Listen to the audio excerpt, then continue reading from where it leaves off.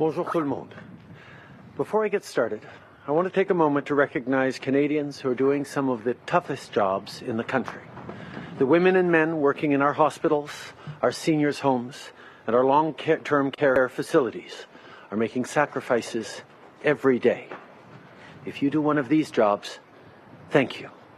Thank you for keeping us safe and healthy and protecting our loved ones. You deserve our full support.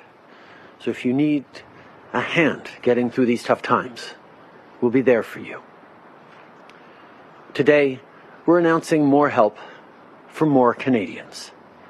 This includes topping up the pay of essential workers. At the same time, we'll also be expanding the Canada Emergency Response Benefit to reach people who are earning some income, as well as for seasonal workers who are facing no jobs, and for those who've run out of EI recently. And a little later, I'll have some news about where we are with testing. Au Parlement, vous m'avez entendu parler des contributions de la plus grande génération, celle qui a grandi durant la Grande Dépression et qui s'est battue pendant la Deuxième Guerre mondiale. Aujourd'hui, à travers le pays, les derniers membres de cette génération vivent dans des résidences pour personnes âgées et des établissements de soins de longue durée. La vérité tragique et dérangeante, c'est que les endroits même où on s'occupe de nos aînés sont particulièrement vulnérables à la COVID-19. C'est un sujet que je vais aborder avec les premiers ministres durant notre discussion qui aura lieu demain soir. On doit tous faire mieux. On doit tous faire preuve de leadership pour soutenir les aînés qui ont bâti ce pays. Pour commencer, notre gouvernement va travailler avec les provinces et les territoires pour augmenter les salaires de nos travailleurs essentiels qui gagnent moins de 2 500 $ par mois, comme ceux de nos établissements de soins de longue durée. You heard me speak in Parliament about the contributions of the greatest generation, who grew up during the Depression and fought through the Second World War. Today, across the country, the last members of this generation live in nursing homes and long-term care facilities.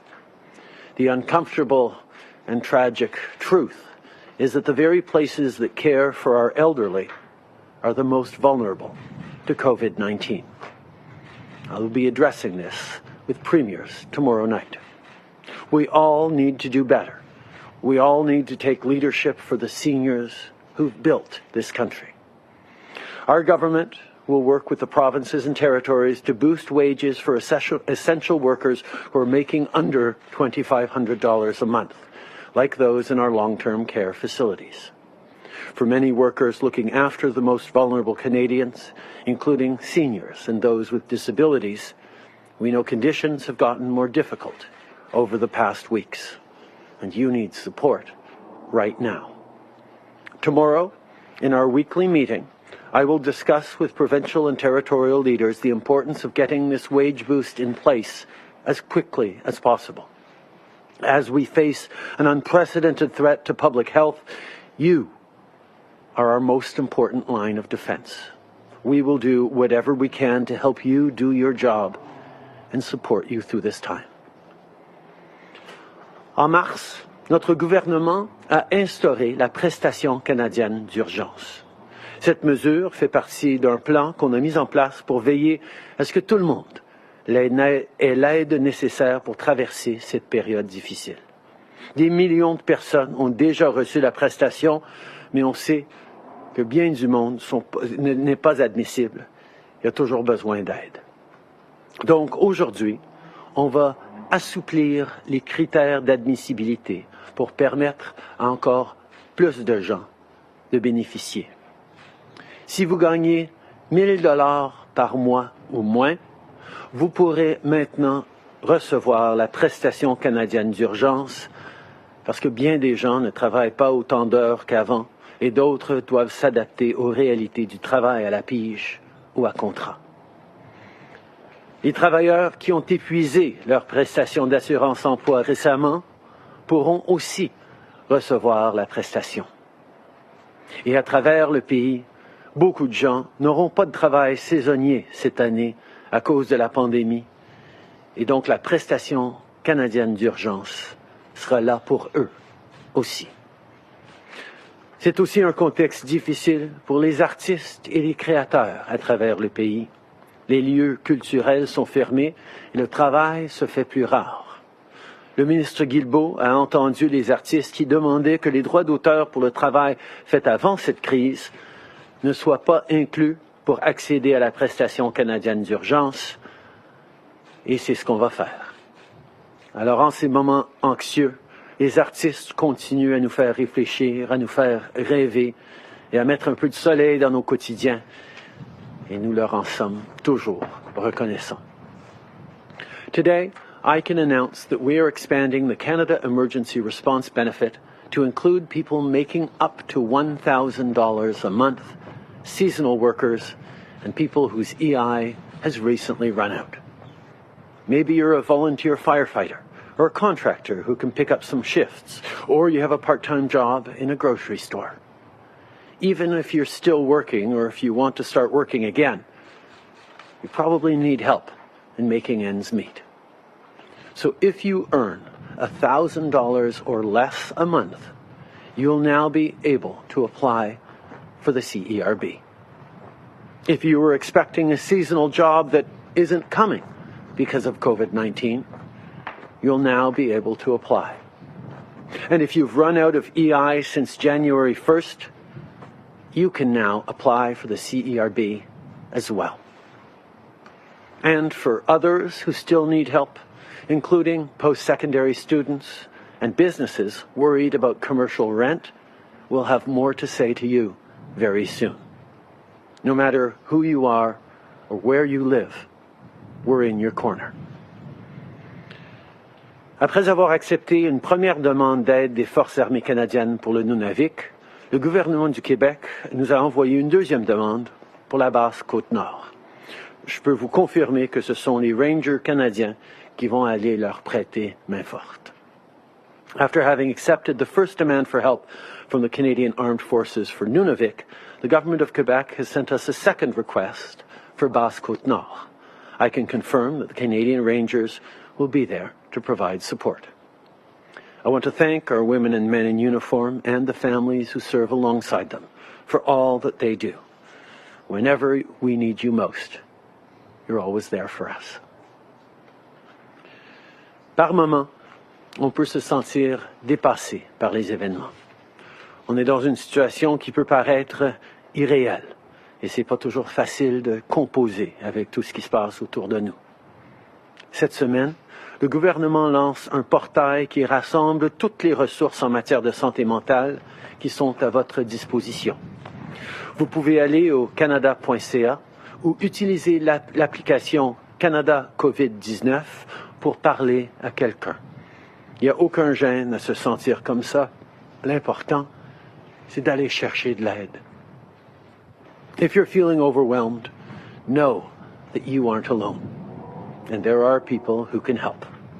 We have launched a mental health portal at canada.ca and through the Canada COVID-19 app, where you can go to find support.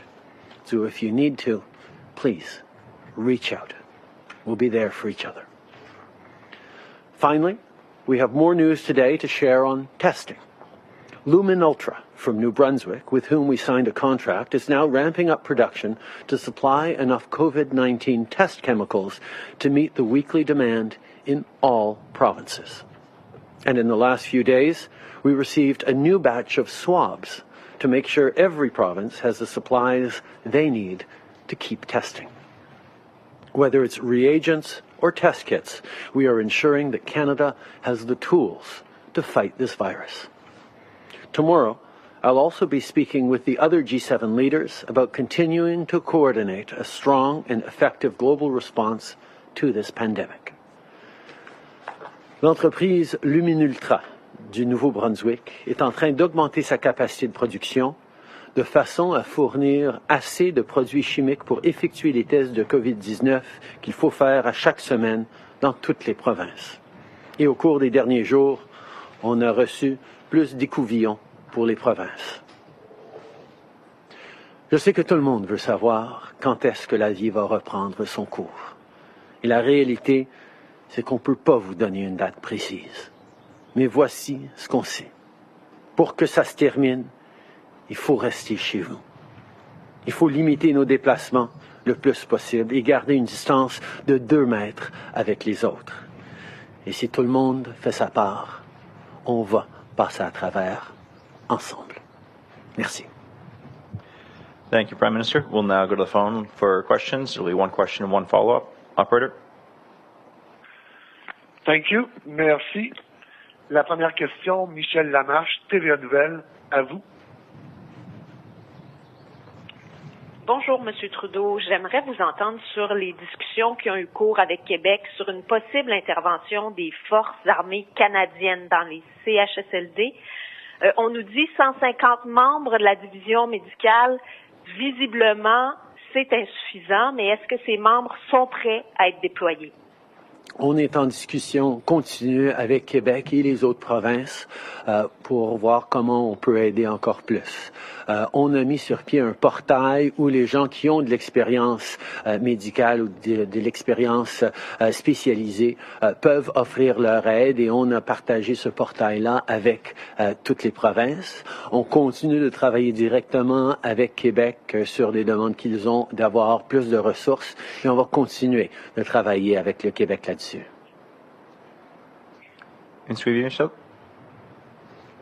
Oui, vous répondez pas à la question. Je comprends que vous travaillez, mais on sait déjà qu'il y a des discussions. Québec a dit hier, on a besoin de bras sur le terrain maintenant. Pourquoi il n'y a rien qui se fait maintenant? Et au-delà du personnel médical, est-ce qu'on peut envoyer des militaires, par exemple, servir des repas, ramasser les ordures? Qu'est-ce que vous pouvez faire immédiatement? On est en train immédiatement de parler avec Québec sur comment on va pouvoir aider.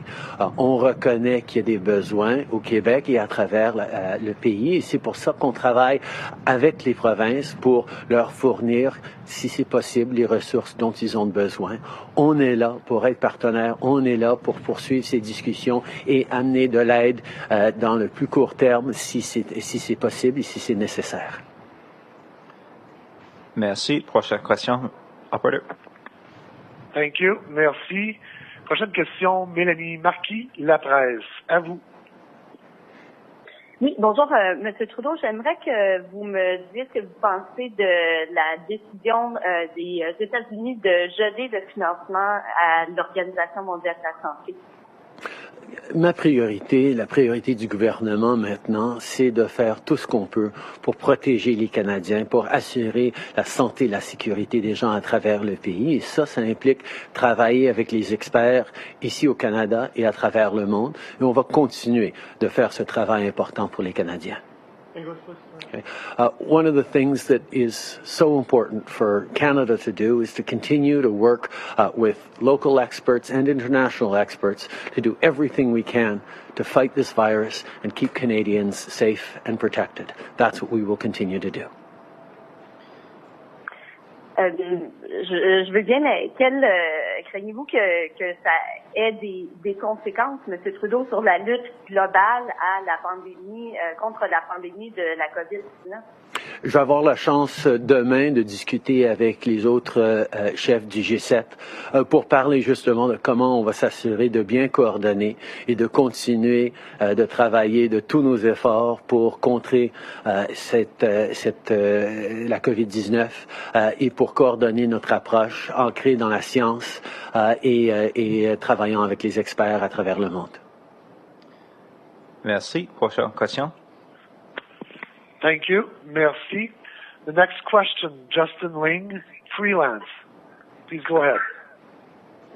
Hi there, Prime Minister. Obviously, I've been asking you for about a month now about the state of Canada's prisons. You've promised repeatedly that new measures would be coming, that the Minister of Public Safety would be announcing new cooperation with the parole board. We still haven't seen any of that. So is this just not a priority? Is nothing coming? Is there even going to be a decision about those inmates who are being released on day passes, like other provinces have done, to release them temporarily? Is there any announcement coming? We have made significant efforts and taken significant steps to ensure that our incarcerated population is kept as safe as possible from COVID-19. There are a number of measures that we've taken. We continue to look at more measures. We're coordinating with the provinces on these efforts as well. We know that this is an area where we've seen challenges in terms of outbreaks, but we also are continuing to step up our efforts every day to ensure that all Canadians are protected. So you say you're stepping up your efforts. The directive from the commissioner last week said that corrections officers should wear face masks.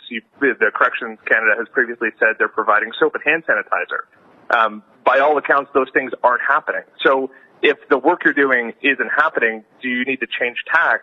And finally, have you totally abandoned the idea of releasing federal inmates? There have been a number of discussions at the highest levels about various processes that need to be put in place. There have been a reduction in transfers, in issues that have put potentially people who work there and people who are incarcerated there more at risk.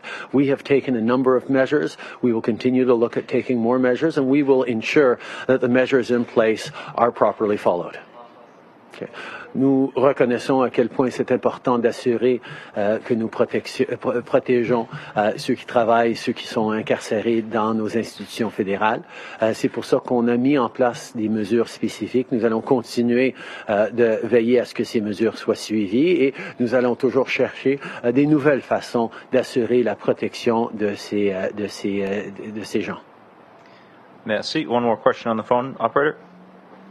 Thank you. Merci. Next question, Jim Bronskill, Canadian Press. Please go ahead. Good morning, Prime Minister.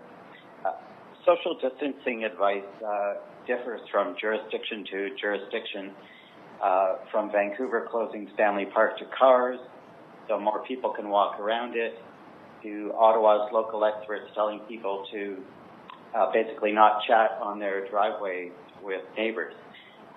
In light of this, how do you sustain public confidence in social distancing measures? I think we've been very, very clear that the best way to prevent further spread of COVID-19 is to stay home as much as possible. If you have to go out infrequently and keep 2 meters distance from each other and wash your hands aggressively and often. These are the things that we're asking all Canadians to do. Across the country, we recognize that different communities are in different situations, that there are different local health experts giving advice that is suitable to that particular context. We make sure that everyone is getting the message that we all have to do our part to fight COVID-19, and that means engaging in social distancing, but it is perfectly normal that there be slight variances in approaches in a pandemic that is manifesting itself in very different ways in different parts of the country. Okay. Nous soulignons à quel point c'est important de prendre les actions pour se protéger, pour empêcher que la COVID-19 se répande encore plus. C'est-à-dire de rester chez nous le plus possible, de ne pas sortir à moins qu'on en ait absolument besoin et à ce moment-là, garder 2 mètres de distance avec les autres et de se laver les mains de façon régulière et agressive. Évidemment, dans différentes régions du pays, il y a différentes situations par rapport à la pandémie. Alors, il y a des petites variations dans les recommandations des experts locaux, mais la grande recommandation reste de faire tout ce qu'on peut pour garder la distanciation sociale et pour freiner l'expansion de la COVID-19. Follow-up, Jim? On the World Health Organization, how much total financial support is Canada now providing to the organization? And has the U.S. president ever put any pressure on Canada to either boost or, of late, reduce its support for the organization? Canada's support for the World Health Organization is in the tens of millions of dollars. I think we've increased it recently, but I can make sure that someone has the exact numbers for you or for the media. No, the President hasn't made any direct asks or indirect asks of Canada around that. Français. Okay. Je crois que on appuie l'organisme de santé mondial dans les dizaines de millions de dollars par année. Je sais qu'on a augmenté récemment nos contributions par rapport à cette pandémie, mais je veux m'assurer que vous aviez une réponse plus précise dans les heures à venir. Non, le président n'a pas demandé au Canada de faire quoi que ce soit par rapport à la santé, l'OMS. L'OMS, merci. Glenn McGregor, TTV News. Prime Minister, you've repeatedly said how much Canada has relied on WHO for information about what's happening around the world. Are you satisfied the organization sufficiently interrogated the information coming out of China in the early days of the pandemic? We know now a lot of the information was either false or misleading, especially about human-to-human transmission. Do you think they did a good job on how they handle that information and share it with other countries? I think what we need to remember is the path through this pandemic is for us to base ourselves on science, on the recommendations of experts, on the data and the knowledge that we've gathered from past pandemics and past health issues to apply to these situations. And that's why we will always continue to work with experts, both domestically and internationally, to take the best advice possible in keeping Canadians safe. Of course, in the coming months and years, there will be many reflections on various institutions and systems, both domestically and internationally, on how we can improve our response, how we can learn from things we could have done better in this process. These are things that will come in the coming times. Right now, our focus needs to be on doing the best we can right now to protect Canadians. We're hearing about potential shortages of medication used for pain-killing and sedation before patients are intubated and put on ventilators. What's happening at the federal level to ensure that there's a continued supply of those medications? Public Health Canada and Procurement Canada are working together to ensure the steady supply of essential medications to Canada, both related to COVID-19 and not. We recognize that this is a global health crisis, so there are challenges, but Canada has a very strong pharmaceutical industry. We have very strong relationships around the world on getting medication and necessary supplies, and we will continue to do everything we can to ensure that Canadians get what they need.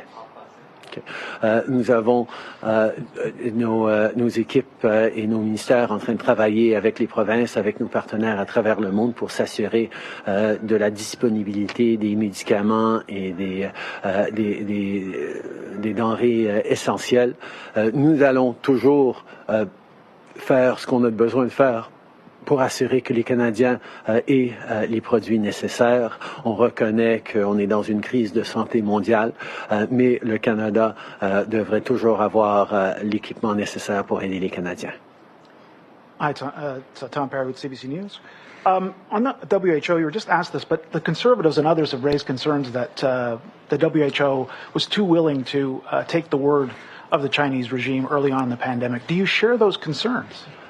I think there's obviously reflections that we have to have going forward, and we have to make sure that we are doing everything we can to keep Canadians safe. And that is our focus right now. What can we do now? What do we need to do in the coming weeks? How do we lean on experts in international institutions and in partner countries around the world who are making recommendations alongside our domestic experts on what we need to do now?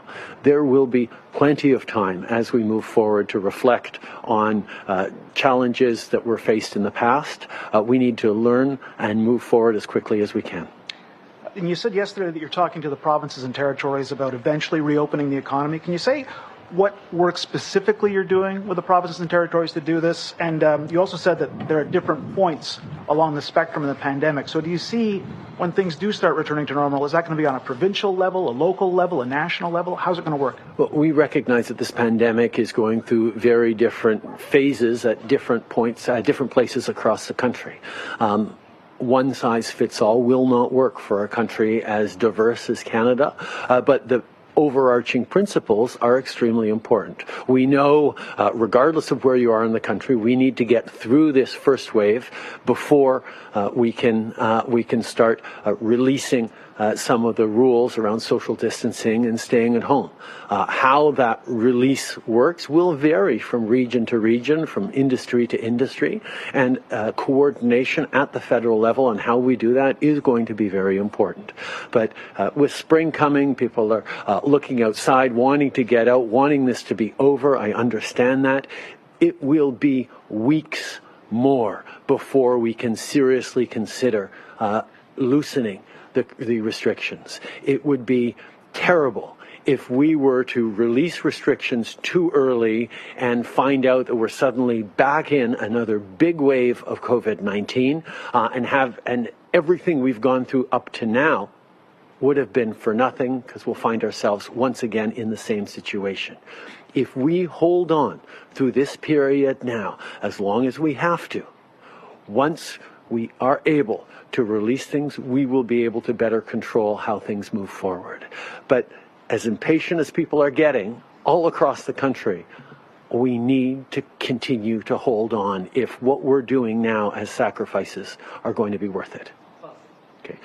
Je reconnais à quel point les gens veulent savoir quand on va en finir, quand on va pouvoir resserrer les règles pour la distanciation sociale et comment repartir notre économie.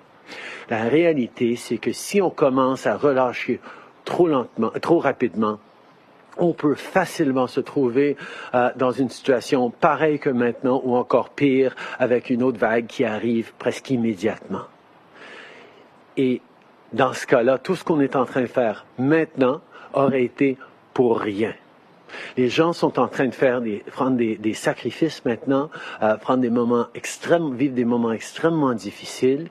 Il va falloir qu'on continue à le faire pendant encore bien des semaines pour pouvoir être prêt à bien gérer de façon vigilante et attentive une sortie graduelle. Oui, il va falloir coordonner avec les provinces, mais surtout, il va falloir qu'on reste dans cette phase-ci pour encore un bout de temps, pour s'assurer que quand on pourra relâcher, on ne se retrouvera pas dans la même situation quelques mois plus tard. Prime Minister Janet Silver, Global News. I know you've just spoken about a coordinated effort and some more patience needed in terms of reopening the economy. But just to follow up on that, I'm wondering whether you envision when that happens that workers will be tested before they return to work.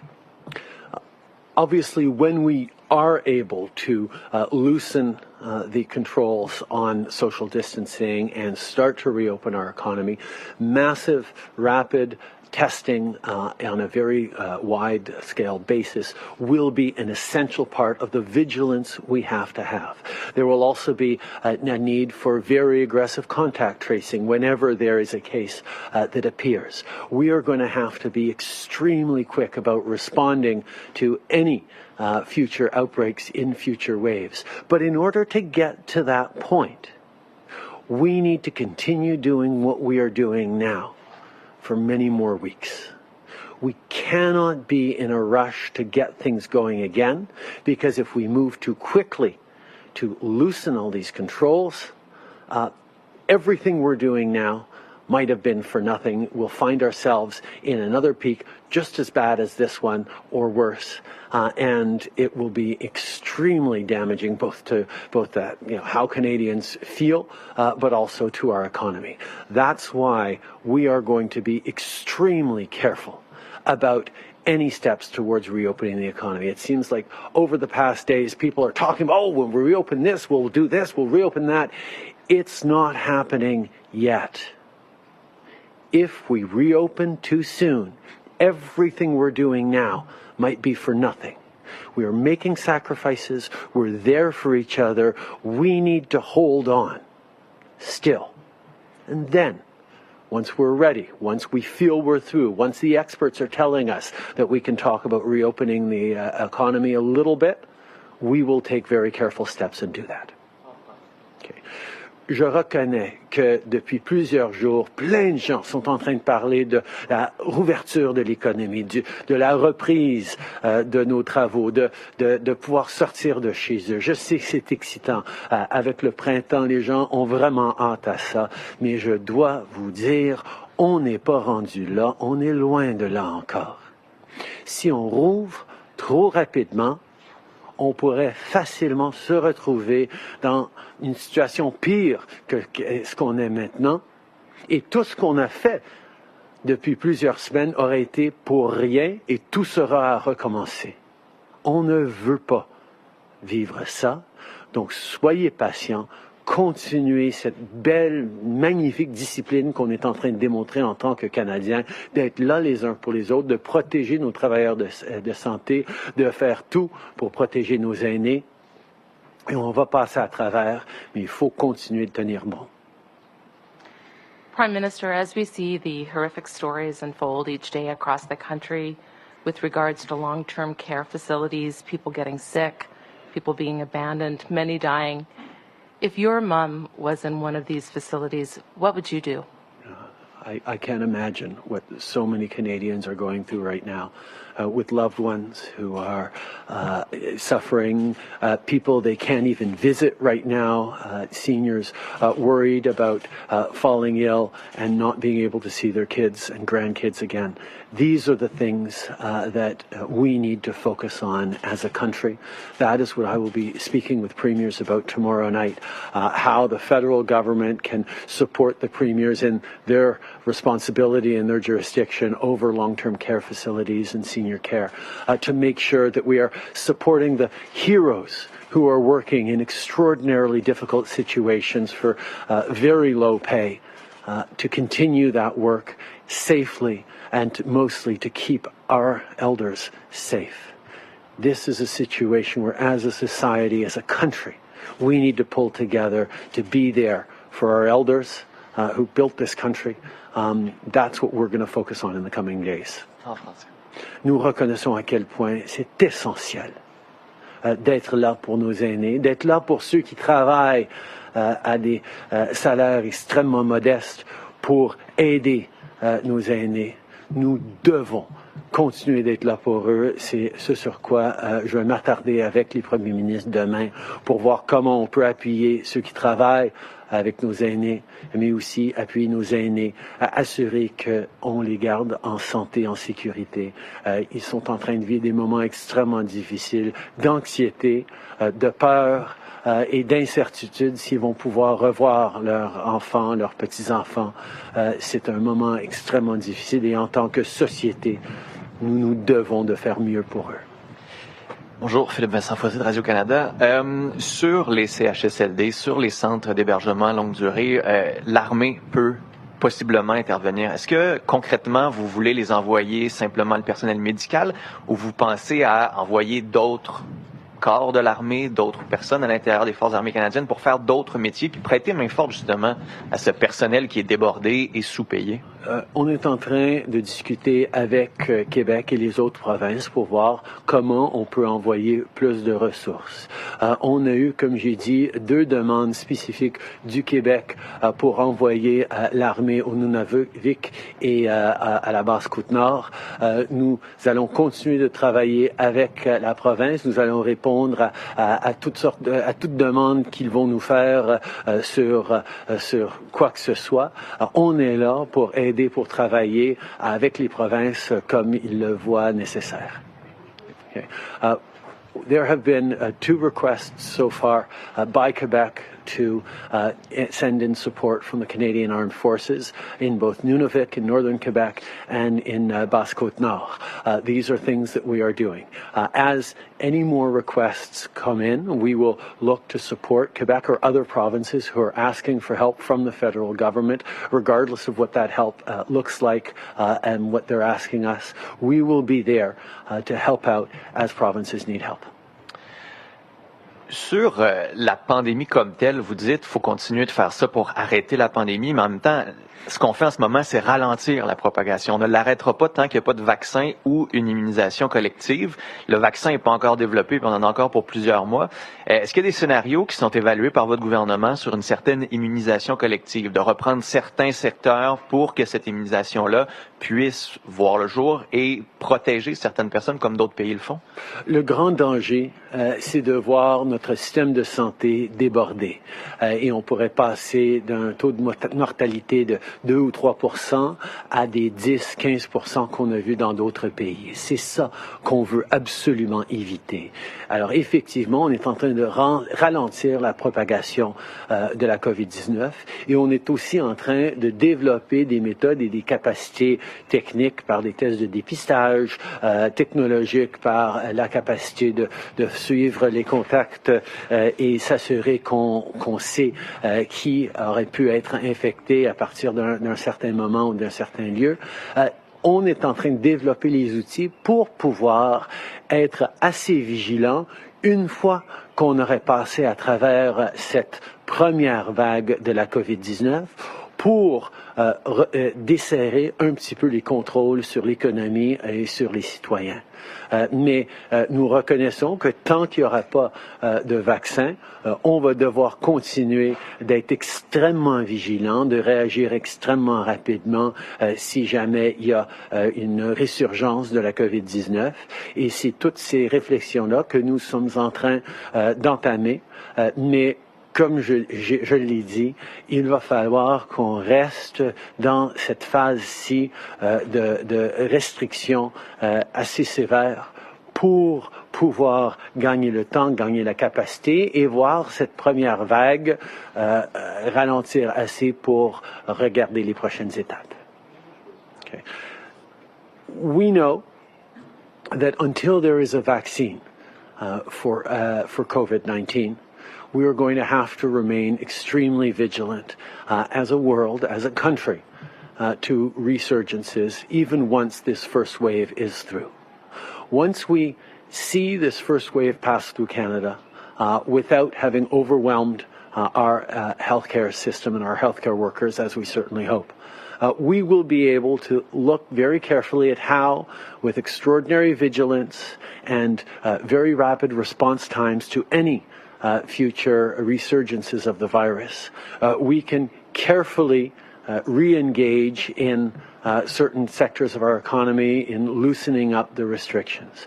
But we are not there yet. We have to be through this first wave sufficiently to be able to know that we have the capacity to stamp out and restrict any future outbreaks as they come along. That means technology, that means better testing capacities, that means continued vigilance, not just by governments, but by all Canadians to preventing it. We're still a number of weeks away from that, but we are reflecting on what that looks like and what sort of technology and medical solutions will be necessary. We will get through this together, but for now, we need to stay strong in our social distancing measures and by staying at home. Merci beaucoup tout le monde.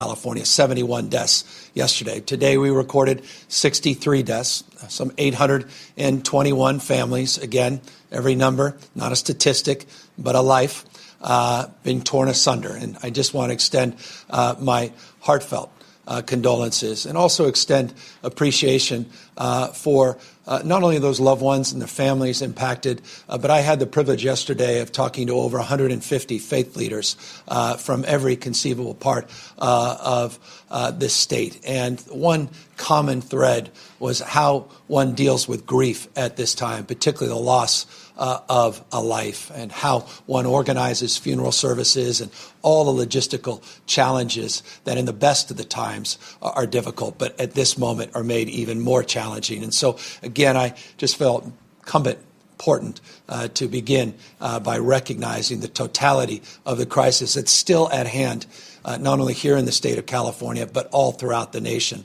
Our numbers yesterday were the highest recorded, but so were the nation's. And so by no stretch of the imagination are we out of the woods, despite the fact that we put forward a framework yesterday to begin to consider the prospects of reopening certain sectors of our economy. I want folks to know we need to maintain our vigilance, and we need to maintain the path that we are on, a path that is producing results. But again, we are not yet in a place where we need to be so that we could start reopening. That said, people are not where they were just a few weeks ago. As it relates to unemployment claims, just in the last 4 weeks, 2.7 million Californians have formally filed for unemployment insurance. We are in the process right now of dealing with an unprecedented number of people making phone calls into our EDD department, our Employment Development Department. We are trying to process these applications, and we're trying to turn around those applications in real time. We're doing so not only for employees, but independent contractors, for small business men and women, people that are self-employed. And I want to tell you a little bit more about that in a moment. But I want to first just begin by saying this. I just signed an executive order that will extend our call center so that we can meet the volumes of inquiry. We'll extend it from the hours of 8 in the morning till 8 in the evening, 7 days a week.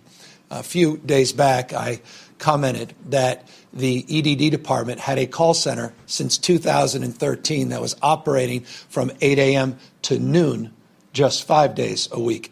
That was when we had record low unemployment. And just like that, now 2.7 million people claiming now the need for unemployment insurance in just over 1 month. So now record number of call volumes. I want to just thank our partners, particularly at SEIU 1000, and the incredible workforce that has been redeployed to meet that demand. 740 individuals within EDD have repositioned themselves, gotten trained, and are now redeployed in a position to address the call volume, but moreover, to be able to answer those calls and give you quality information. 600 additional state employees are being redeployed between now and Monday to do the same. So in total, 1,340 individuals now will be redirected and will start the process of helping you process your earned benefits. And so I just want to applaud Julie Sue, who will speak in a moment, her Department of Labor, and the incredible partnership that she has formed within her agency, and all the men and women that went and did above and beyond work just on Easter as a proof point and specific example. We thought it was appropriate, considering the burnout and the volume that we